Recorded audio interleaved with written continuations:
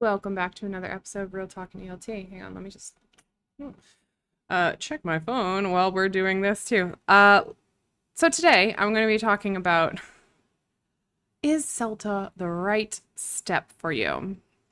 Because some people ask me, like, should I do that? I'm like, I don't know. Posted about this a lot. People ask me this, like, a lot. They ask me a lot of, I have to be honest, people ask me a lot of questions, just random things here and there, which is fun for me. It's, it's never dull in my WhatsApp or my DMs. But so should I do CELTA? I'm like, I don't know. What do you want to do with yourself? Like, you got to tell me. I got to know what's going on with you. Let me break it down for you what CELTA is and what your expectations should be coming out of it. And then you can decide if that's something that aligns with your future goals or not. So CELTA is a prescribed course. It's run by Cambridge University. There are similar courses to it. CELTA is the most widely recognized one, but there are other credentials that are the same. CertTESOL being one of them, and there's a master's of teaching. It's not a master's degree, but it's called like master something from Bridge EDU too. And it has the same components. So all of them have like 120 hours. They talk about all sorts of sort of methodology to teaching practice. All of them have the practical component where you are teaching observed lessons and being assessed by tutors. All of them offer online options. And what else? More or less they cover the same topics. I would say more or less because like there's always room for variation. I'll explain why. And it's all the same level. It's like a bachelor's level certification. Yeah. CELTA specifically, because I work on CELTA, so then I can talk more in depth about it because that's the one that I'm most familiar with. CELTA in general. I don't know if you can hear it. My dog is dreaming and she's like barking in her dreams. So just adorable. I hope you heard it. Anyways, so it's a prescribed course, meaning there are so many hours, you need to cover so many topics, you have assignments that you need to turn in, you have teaching practice. There's, depending on the center that you study with, I've worked for many centers and kind of across Americas and Europe, and they all kind of do it a little bit differently, so you can decide on whichever one is going to work for you. But they have the input component. It can be asynchronous through like a Moodle. Sometimes the centers have their own, as opposed to the Cambridge Moodle, they have their own Moodle. There's also centers that run like 50-50. So you do Cambridge Moodle, but then you also have live input sessions. Then there's centers that do 100% live input sessions and you don't use the Moodle. So you have to be there, to do the participate. So yeah. And then, and then you have your teaching practice. So you'll teach lessons, you'll be assigned focuses of the lessons, and then you have to prepare the lesson plans, blah, blah, blah. You teach the lesson during the delivery, the tutor assesses you, gives you some feedback, positive points, things to work on, and then self-reflections, that type of thing. And then there's also the component of writing assignments. Writing assignments is important because it gives us a little more information into background knowledge. So you have to start reading some of the books that are recommended. Many of the centers will provide a library to you. And so recommended readings, things like that to help you along with the assignments. Most of the assignments, they give you the rubric, like the criteria, some guidelines. Here's how you should be doing this, questions you should be answering. And I think all of the centers that I've worked for, they've always given a model of the assignment. This happens, well, it can happen intensively, which is what I did in person years ago. So you do it like in a month, everything, 8 lessons, all the input, 4 assignments in 1 month, done. If you're not working, or if you have a break and you want to take a month and just stress yourself out for a month, but then you're like good, then that might be an option for you. I had that option, so I wasn't working in the month of July and I just did CELTA, and then by the end of July, starting in August, the semester started, I had my certificate and I was done. More common, I'm going to say more common, I don't have the statistics on it though. More commonly, people are doing it part-time because people are working. Either they're career changers, so they're working in a different field and then they're taking CELTA so that they can move into English language teaching, or they're working already as teachers and they're taking this to get a professional certification. Either way, doesn't matter. You don't need to have experience to go into the CELTA, but sure, some people do. It also depends on the pricing, because I know here in Brazil, it's quite expensive. Just because of the exchange rates, devaluation of the currency here, inflation costs. So that kind of all contributes to it. So typically the teachers here in Brazil are a little bit more experienced because it takes them a little bit of time to accumulate the money to be able to pay for the course and move on. That's not the case around the world. There's a lot of people that have no experience and are, right out of university or something like that. Or again, like I said, career changers, and then they just take the course and go into it. So there is variation in terms of people who take the CELTA course, where they are in their career, but it doesn't give you a leg up because you've been in a classroom before. Okay, so all of those components, so then you can do it part-time. Slightly distracted. So then you can do it part-time, and part-time usually is like 10, 12 weeks, sometimes 20 weeks long. It depends on the center, and then you can find a center that works for you, because the longer courses, obviously they take a longer time, but if it's something that makes sense in your schedule, then sure.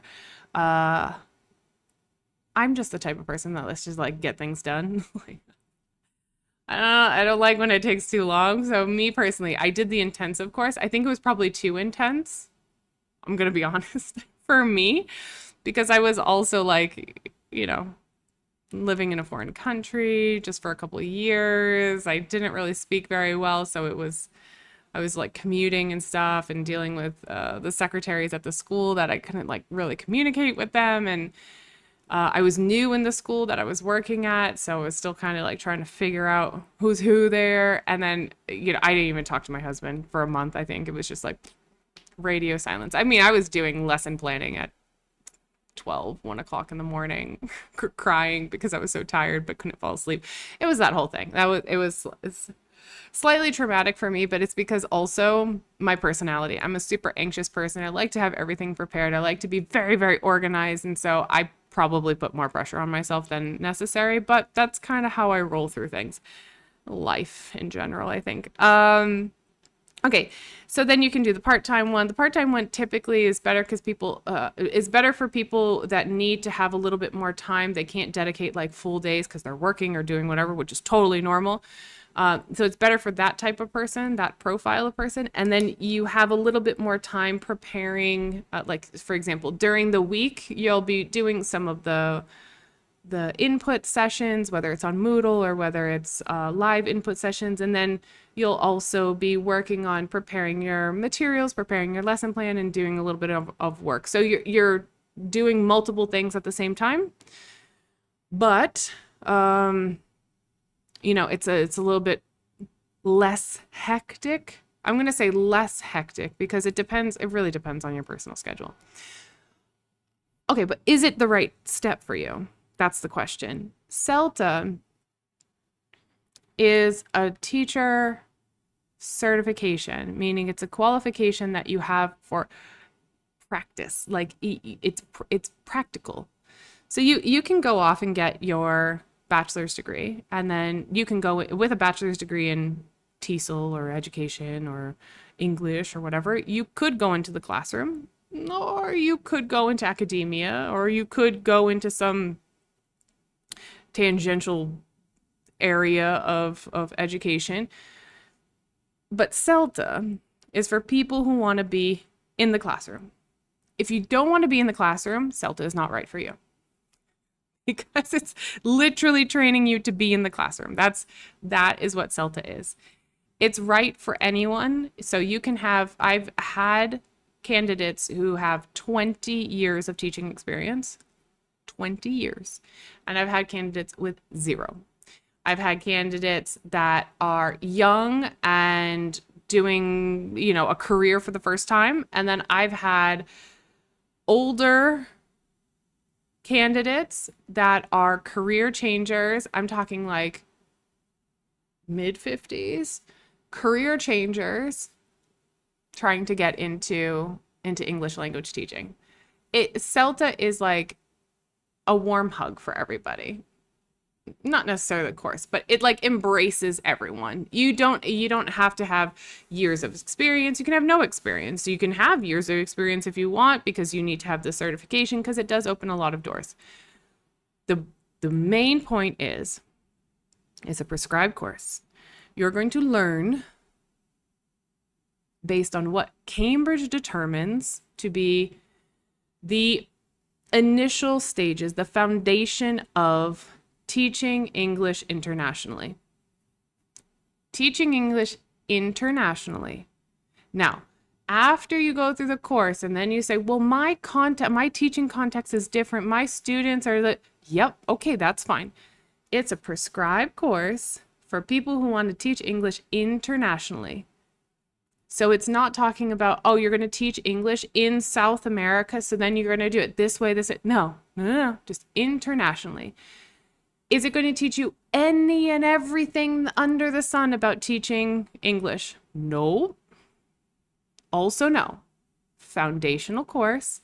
It's going to give you the skills, techniques, some of the basic understanding of methods and theories and all of that good stuff. It's going to give you foundational stuff. Practical, foundational stuff. You're not going to get this full comprehensive. It's 120 hours, people. You're not going to get a full comprehensive course. It's 120 hours, okay? And then you're going to be able to step into a classroom with a little bit more confidence. But CELTA opens doors, just like CertTESOL and the other ones. It opens doors. So these initial teaching certifications are door openers. You're going in to an international market now with a certification saying, hey, I know this level of stuff about teaching English. And for a lot of institutions, that's what you need to get the door open. So then you can go on and do other things in your career. That's great. Some people, they're like, I just want to travel, but I need to make money while I'm traveling. Cool. At least you're getting a certification and not being, one of those charlatans that's like, yeah, I can speak English. It's cool. Don't worry about it. Yeah. So like, okay, get a little professional training and then go off and teach English while you're traveling. That's fine. Some people, it's like, no, this is my career. I'm going to do this for the rest of my life. Cool. Also, that's fun. I want to work in the classroom for a little bit to get experience, but eventually I want to become a researcher. Awesome. That's cool too. Not a problem. It's the door opener, but it's teaching in the classroom. English in the classroom. Foundational information, techniques, and skills that you need to be able to teach in the classroom. If that seems to be aligned with what you want to do, then CELTA, CertTESOL, or the bridge course might be an option for you. But again, do you want to be in the classroom? That's the question. If you want to be in the classroom and you want to have a certification from the most well-recognized institution in English language teaching, then yeah, CELTA is probably for you. That's the idea. Is there variation?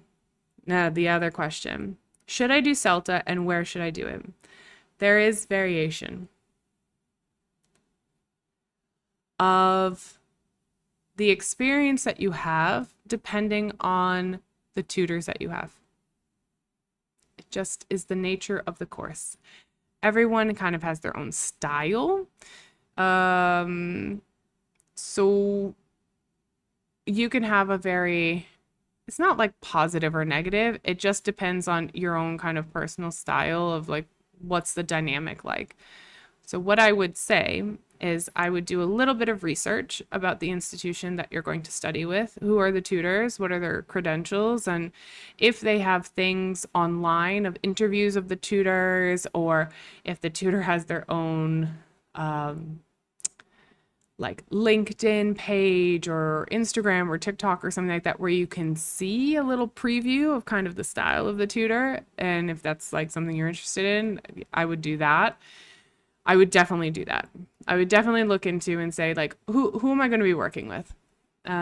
Because, listen, just like students, teachers and trainers, we all have different personalities. We all have different, kind of ways that we do things. So you might find a center that appeals to you more because of the way that the tutor represents themselves on social media. That's a good way of kind of going with the selection. Of course, there's slight variations in the pricing, but more or less it's the same, to be honest. And what was the other thing? Also, CELTA, being that it's an initial certification, has a very high passing rate. High. It should be high because it's an initial certification. So it's not something like Delta, Masters, all of those other things, which are slightly more challenging, more in depth. Okay, it's an initial certification, so it should have a very high passing rate. But CELTA is a professional qualification. So there are people who are not going to pass because they shouldn't. Because if you want to maintain the integrity of the certificate, then some people shouldn't pass. It shouldn't be, I pay, I play, I get my participation trophy. Because teaching is not a game. You're dealing with people's livelihoods a lot of the time. You're dealing with their own personal growth. So CELTA and the other courses at this level should be taken seriously. And if a center has an extremely high 100% guaranteed passing rate, I'm not saying that that course isn't valid, but internationally speaking, it's not 100% passing rate. So I would question that, because should there be a very high passing rate? Yeah, absolutely. There should be a high passing rate. Should it be 100%? No. Because that means anybody that has the money to pay for it is just going to get the certificate. And that, to me, doesn't seem like there's a lot of quality control. Anybody who pays gets to play. No. And the other thing that I would investigate a bit. So investigate the center, the tutors. I think, and I genuinely think that you should do this. These are things that I didn't do at all. And I wish I wish I did, but not that I had a weird experience, but not that it was bad necessarily, but I wish I did. I wish I knew more about CELTA before I took it. I wish I had investigated the tutors much more than I did. I wish I had investigated the center a little bit more. I wish I had asked more questions about the dynamic of, where I'm supposed to go, how much support I need, that type of thing. And there was one more thing.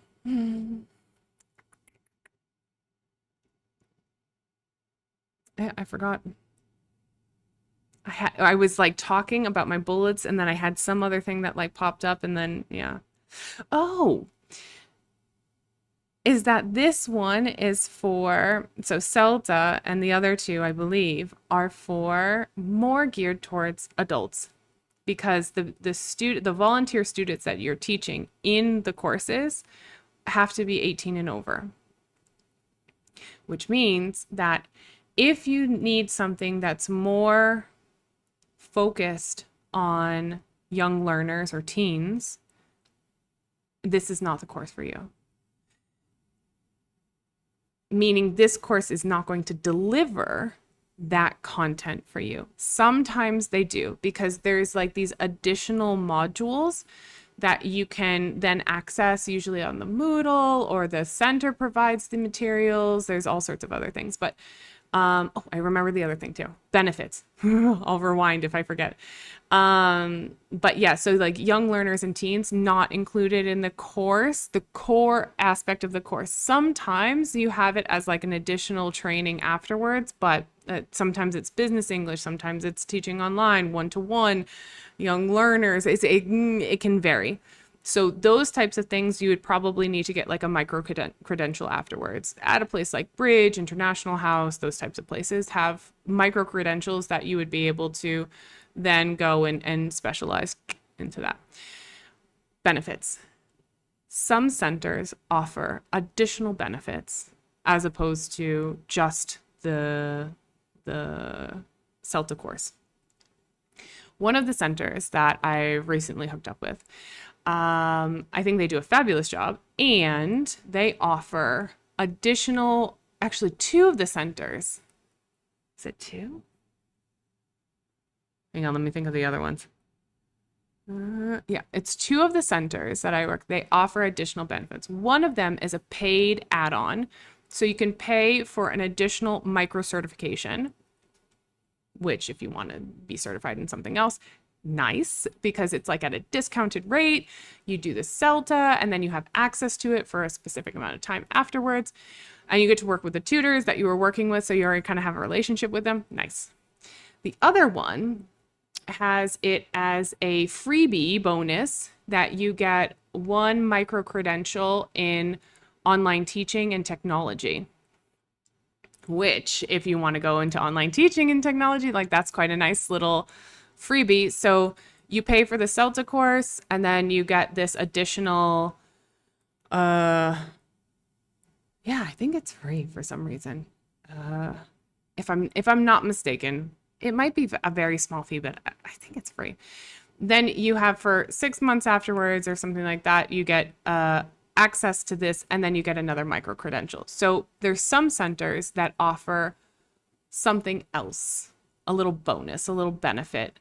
And then there's another center that I'm working for that they offer career coaching afterwards. So you have these meetings with the people from the center, and they help you with all sorts of things, like where you can find jobs, how to represent yourself professionally, like CV type of stuff, the types of interview questions, and just kind of making you aware of that when you're, starting your career or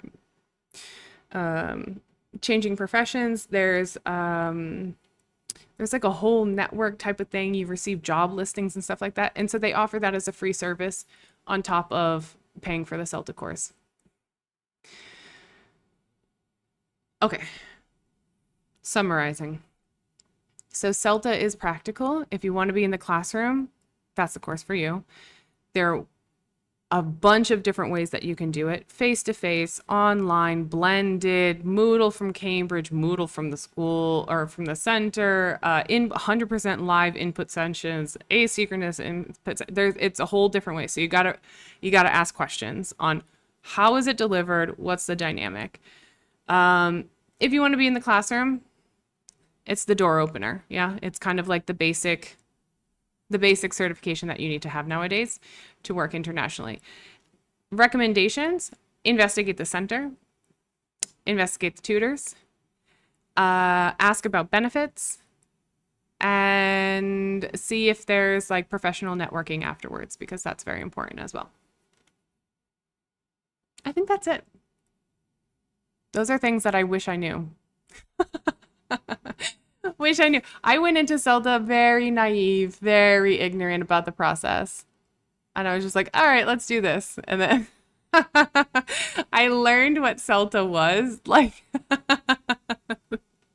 I'm so embarrassed to say this. Like, as a CELTA tutor, it's embarrassing. I was that candidate. Like, I was the person that was like, did you not read the guidelines? I read the guidelines. I read the guidelines, but I read the guidelines like a week before. Like, you know, the CELTA handbook thing? Yeah, I read it like a week before. I was that candidate. So I probably, if I were dealing with myself as a candidate, first of all, I would be irritated because I would want all the information, all the like right away. And it'd be like, no, you can't have all the information all the time. And I'm super anxious. I never really bothered the tutors though, like with like inundating with emails and things like that. But yeah, I don't know if I would have liked myself, to be honest. I don't think I was a terrible candidate, but I just think I was very much like uninformed. I probably should have done some reading beforehand just to kind of like make myself. I was just a little bit lost in the process. I didn't know what the process was. So everything was a surprise to me. We got to write a paper. Oh, okay. Oh, we have to write four a week beforehand. Yeah, no, a week beforehand. I was a horror. Oh, I would have hated myself. Yeah, I probably would have been so irritated. I would have been the candidate that made my life like, did you not look at the criteria? Like, there's criteria. Like, and that I did not look at the criteria in the back of it for like TP 1 through 4. Like, I was teaching lessons, and I was like, what is this? What is this? Like, I was just oblivious to the process. Do you know what? It's probably better because if I had known about all of the things, I would have been even more neurotic than I was.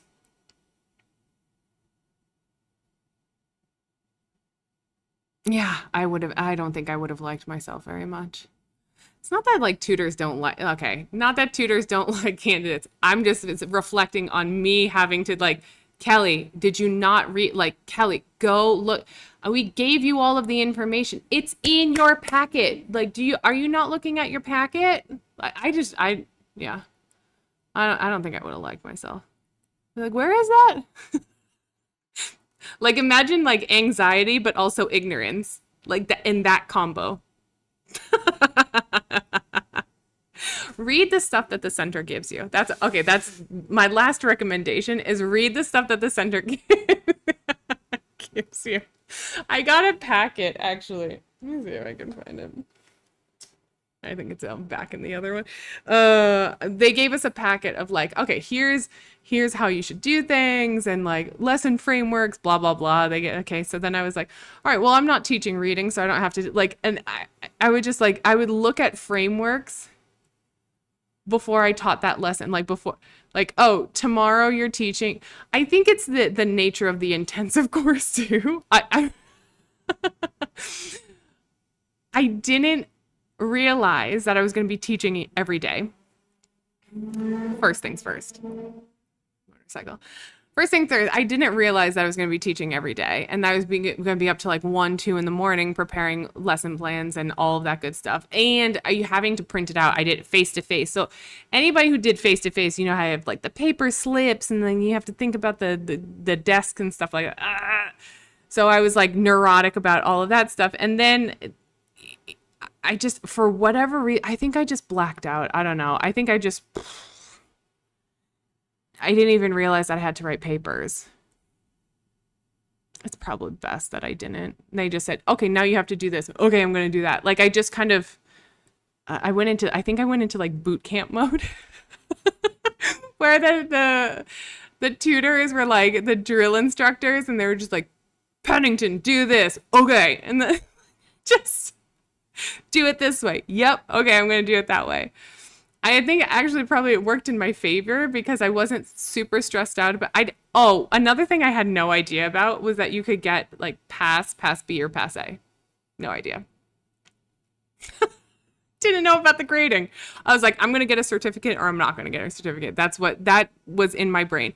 The other stuff I didn't even pay attention to. Not until people were talking about it. I was like, what do you mean pass B, pass A? They're like, there's different levels, Kelly. I was like, oh, okay. I'm just doing what they're telling me to do. Like, they tell me to do this, fine. They give me the feedback, I change it. You know what I mean? Like, I was just like focused on surviving day to day, I think. And then this is a long little anecdote afterwards. It like already wrapped up the episode, but it's cool.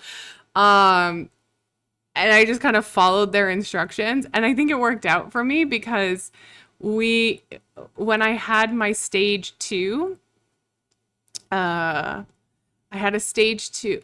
Yeah, I had a stage two, which is like in the second half of the course after your TP5 or 6, you meet face to face with the tutor and they tell you like all the things you're doing well, all the things you need to improve on, you have to reflect on it yourself, blah blah blah. It's like a thing.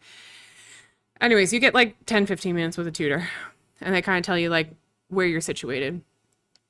And he told me, he was like, you have a very high possibility of getting a higher mark if you do X, Y, and Z. I'm like, all right, I'll just do that. I did. Oh, yeah. And then they just said, like, if you do this, you have the possibility of getting a higher mark. So it's like, okay, so I just have to do this. And they're like, yeah, Kelly, just do that. I was like, okay. So then I just did it. And then it turned out all right for me. And we got the like there's a report that you get. So when you finish your CELTA, it takes a while for Cambridge to print because they have to go through your packages and stuff like that. They have to go through your CELTA 5s and your portfolio and blah blah. We had to mail stuff in. It was like it's a whole thing. But it's digital now, which makes it a lot easier. But yeah, so it takes like a couple months. I mean, at least back then it took like it was like 2 to 3 months. But you get your kind of this like preliminary report where it tells you like what you might get after Cambridge reviews. And I'm gonna make so many I'm gonna make so many of my tutor friends upset with me. I got the report. I was like, oh, okay, cool. I didn't even look at the grade. I didn't look at it. I was like, all right, cool. And I just like packed it away because like that report, until you get your actual certificate. Let's see if I have it here. Nightmare. I'm a bit of a nightmare. Hang on.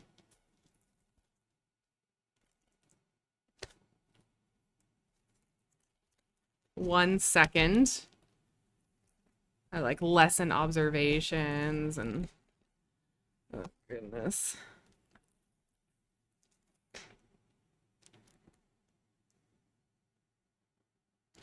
Huh.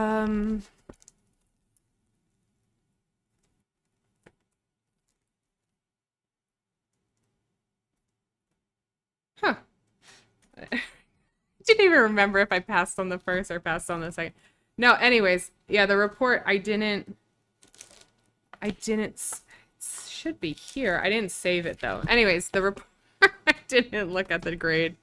I just tucked it in my little binder because I have a little binder with all of the, yeah, with all of the lessons and everything from years ago. Anyways, I just tucked it in there. I was like, all right, cool. I'm going to be getting a certificate. Got a passe. But I just wasn't stressed about the grades. And so I just, yeah, I think you just kind of have to go with the flow a little bit and just let the tutors help you out as much as possible. Listen to what they say. But I would definitely suggest going into the program more aware than I was. I'm very good at organization, but I was not aware of all of the components. I was young and green. I was just starting teaching, so I didn't know. But now you have podcasts like this, which hopefully will help people understand that knowing what's going on and that there's different grades and when you have to turn things in and all that good stuff, organizing, blah, blah, blah. It's very helpful. It's very helpful to know before you go into it. But even if you're completely ignorant like me, there is a possibility of a pass. And that's the end of the episode. End scene. Thanks, everyone. See you later.